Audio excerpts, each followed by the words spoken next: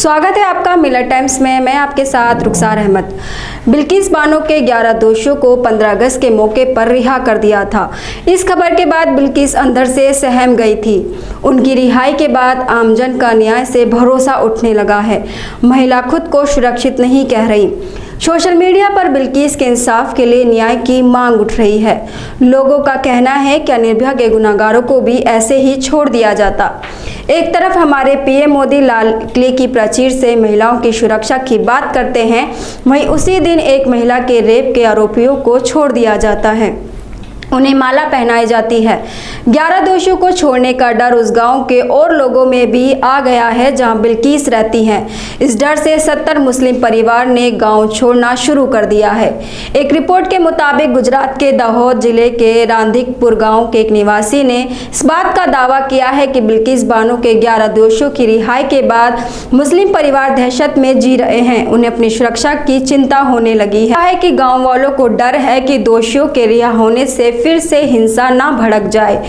इसी खौफ की वजह से कई मुस्लिम परिवार गांव छोड़ने अपने रिश्तेदारों के यहाँ रहने चले गए हैं। उन्हें कहा है कि हमें जिला कलेक्टर के आग्रह किया है वह दोषियों की सजा पूरी होने तक जेल में डालें और गांव को सुरक्षा प्रदान करें। हालांकि पुलिस ने इस मामले में संज्ञान लेते हुए रांधिकपुर गांव की सुरक्षा बढ़ा दी है।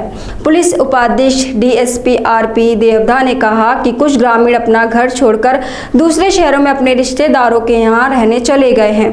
पुलिस गांव के लोगों के संपर्क में है, साथ ही उनकी समस्याओं के दूर करने की कोशिश की जा रही है। उन्होंने कहा जेल से रिहा हुए 11 दोषियों को रांधिकपुर सिंगवाड़ा गांव के निवासी हैं, लेकिन वह इलाके में मौजूद नहीं है। आरोपियों के गांव के पास होने के कारण मुस्लिम परिवार दहशत में है, इस कारण वह गांव छोड़ने पर मजबूर है। बता दें 15 अगस्त को बिल्किस बानो के 11 दोषियों को गुजरात सरकार ने रिहा कर दिया था। इन दोषियों को उम्र कैद की सजा सुनाई गई थी, लेकिन 15 साल जेल काटने के बाद गुजरात सरकार ने उनकी रिहाई के आदेश दिए।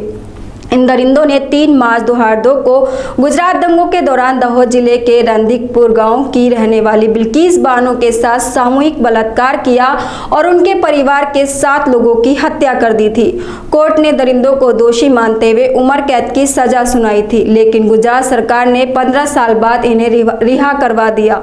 इनकी रिहाई के बाद देश की महिलाओं में एक डर का माहौल पैदा हो गया है। आप हमारी इस वीडियो के बारे में क्या राय रखते हैं, कमेंट बॉक्स में जरूर बताएं। मिलर टाइम्स को आपकी जरूरत है, हमारी आप माली मदद करें।